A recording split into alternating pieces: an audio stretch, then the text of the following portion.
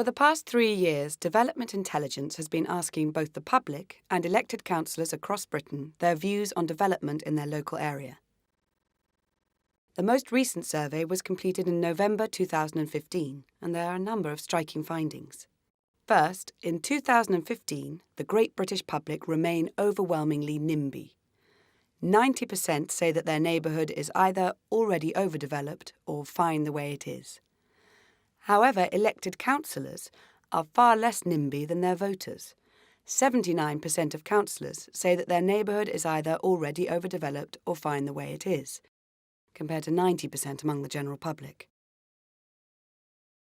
To put this another way, while 43% of councillors say they would support more new development in their neighbourhood, only 23% of the people who elected them would do so.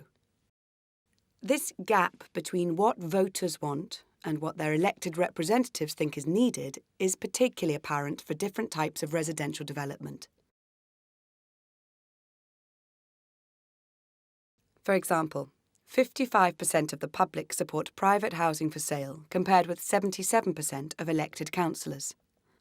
Only 31% of the public support build-to-rent housing, compared with 59% of elected councillors.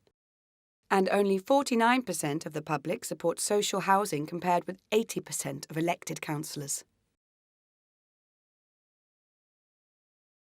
More than 3 years after the NPPF was introduced, the survey finds that 52% of councillors believe it has caused more harm than good.